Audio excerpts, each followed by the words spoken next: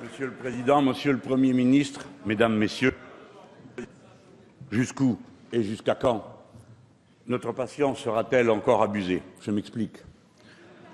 La France insoumise attendait avec intérêt et concentration votre discours. C'est le seul qui compte, car c'est lui qui va être suivi d'un vote solennel sans lequel vous ne pourriez pas gouverner. Et puis nous avons eu 2 longs post-scriptum du discours du Président de la République durant 2 heures. Pourquoi pas? Mais moi, je n'ai que 10 minutes. Que reste-t-il de l'apparence même d'un débat parlementaire dans de telles conditions? Et je veux vous le dire pour vous rendre hommage. Votre discours mérite mieux que 10 minutes de commentaires. Mais je n'ai pas non plus de temps pour vous faire des compliments. J'avais prévu de convaincre. J'en reporte le projet. Je ne peux me contenter que d'informer et de dénoncer. Nous ne voterons pas le soutien au gouvernement. Vous le saviez. Nous serons le seul groupe dont aucun des membres ne votera ce soutien, je veux le souligner. Mais nous ne voulons pas être seulement votre opposition. Nous nous présentons comme l'alternative au monde que vous représentez. Il faut qu'il y en ait une, car le sol se dérobera bientôt sous vos pieds. Dans un pays qui, de longue tradition démocratique, une nation aussi politique que l'est la France, 55% de son peuple fait la grève du vote pour les élections législatives, et ceci nous concerne nous aussi, alors, je vous le dis, agir comme vous le faites, c'est tirer un feu d'artifice dans une poudrière. Car vous croyez dominer la situation en cherchant à passer en force sur des sujets essentiels qui touchent au cœur même de la nation et de son existence. Vous entrez dans le régime du coup de force permanent, et cela non pour changer d'urgence les recettes libérales qui nous ont conduits au désastre actuel, mais pour au contraire en élargir sans limite les domaines d'application. Cette ligne moyenne européenne que vous ne cessez d'évoquer, c'est la ligne de flottaison en dessous de laquelle sont tirées les munitions qui coulent la nation, détruisent son État, ses services publics, étranglent la Grèce, condamnent au sous-développement tout le vieux continent. Nous n'avons pas élu Madame Merkel. Nous n'avons que faire d'une politique de l'offre et de la contraction de la demande. Le pays est d'abord riche de ses demandes.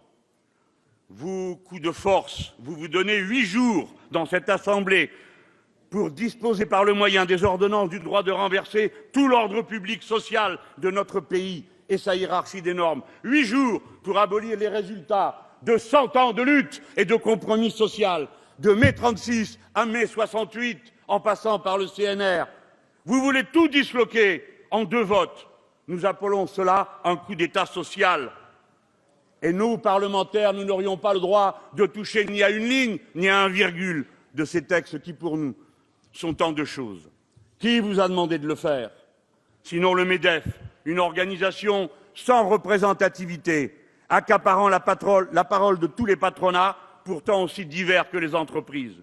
Le peuple des métiers, celui qui crée seul toute la richesse de la patrie, aspire à autre chose, de la visibilité dans la vie professionnelle, de la sécurité, des bonnes payes, des retraites décentes. Il demande la fin du scandale des 9 millions de personnes réduites à la pauvreté dans la 5e puissance du monde, la fin du scandale des 565 morts par an sur le poste de travail, des 1200 personnes qui décèdent de maladies professionnelles chacune de nos années, des 31 000 enfants sans domicile fixe, des 2 000 morts dans la rue, des 2,5 millions d'illettrés dans la grande et splendide France. Comment cela est-il possible?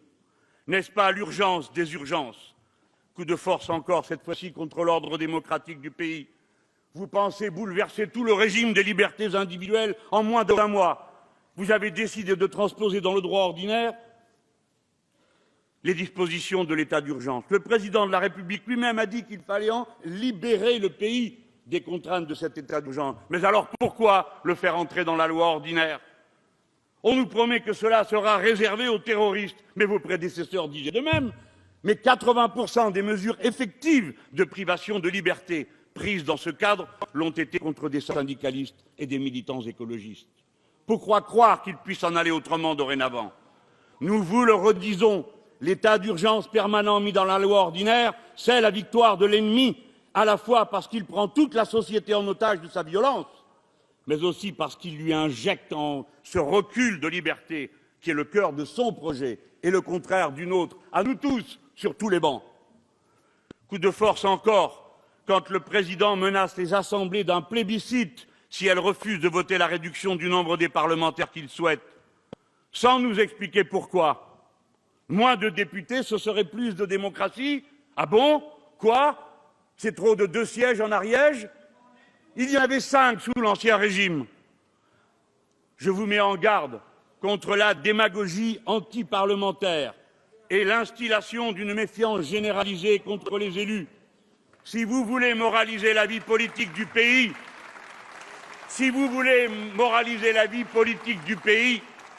alors châtiez les corrupteurs, chassez les fraudeurs du fisc, limitez les salaires indécents des champions du CAC 40, interdisez les pantouflages, interdisez que l'on puisse être conseil d'une grande société et représentant de la nation.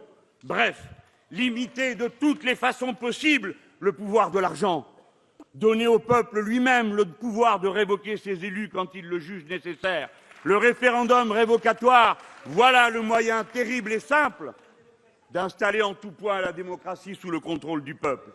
Coup de force enfin, quand vous n'évoquez l'urgence écologique, que pour mieux vous taire sur les urgences qui pourtant imposent des décisions immédiates. Je vous le dis avec toute la solennité qui ne vous vise pas seulement vous, Monsieur le Premier ministre, mais qui appelle à réfléchir les collègues sur tous les bancs. Le nucléaire est dangereux. Nos centrales qui ont fonctionné magnifiquement, et nous en remercions ceux qui les ont fait vivre jusqu'à présent, et nous saluons leur travail. Ces centrales arrivent en fin de vie. Elles vont devenir dangereuses. Statistiquement, elles le deviennent. Dès lors, Monsieur le Premier ministre, c'est maintenant qu'il faut décider la fermeture des 19 réacteurs qui arrivent en fin de vie sous votre mandat. Il le faut parce que dans le même délai, il faut passer aux énergies renouvelables qui nous permettront, la France en a les moyens techniques et intellectuels, de passer à autre chose qu'au nucléaire sans rupture. Enfin, je suis bien mari de savoir que vous avez cessé le combat à l'Europe sur les définitions que donne la Commission des perturbateurs endocriniens. La France s'honorait en résistant. C'est le moment pour moi de vous demander, oui, comptez-vous en finir avec les OGM et les pesticides qui menacent et insécurisent non seulement l'alimentation des êtres humains, mais leur génération même, et vous le savez. Oui, voilà les mesures qu'il faut prendre, qu'il faudrait annoncer dès maintenant. Et enfin une qui n'a jamais droit de citer à une tribune parlementaire. Quand, comme mesure de civilisation, dirons-nous que nous sommes disposés à punir avec force le martyre des animaux dans une nation aussi développée et civilisée que la nôtre? Je n'ai que 10 minutes et j'ai l'intention de m'y tenir. Vous êtes venus ici, on finirait par le croire, nous lire les notes de bas de page du président de la République. Puisqu'il a cité contre nous les mannes de CIS et de Mirabeau, que de nouveau vous avez cité, je vais rappeler que les deux n'ont été réunis que devant le roi. Ce n'est pas notre cas. Et ça ne le sera pas avant longtemps, croyez-moi, et il y aura bien du monde pour s'y opposer s'il le fallait. Mais au premier, nous souvenons que Capet, le 14 juillet, avait écrit 1789 comme commentaire sur son journal privé, 2 points, rien. Méfiez-vous de rien. Méfiez-vous surtout des petits riens. À CIS, nous prendrons la volonté de faire que le tiers-État soit toute l'Assemblée nationale. Nous en sommes d'une façon ou d'une autre l'avant-poste.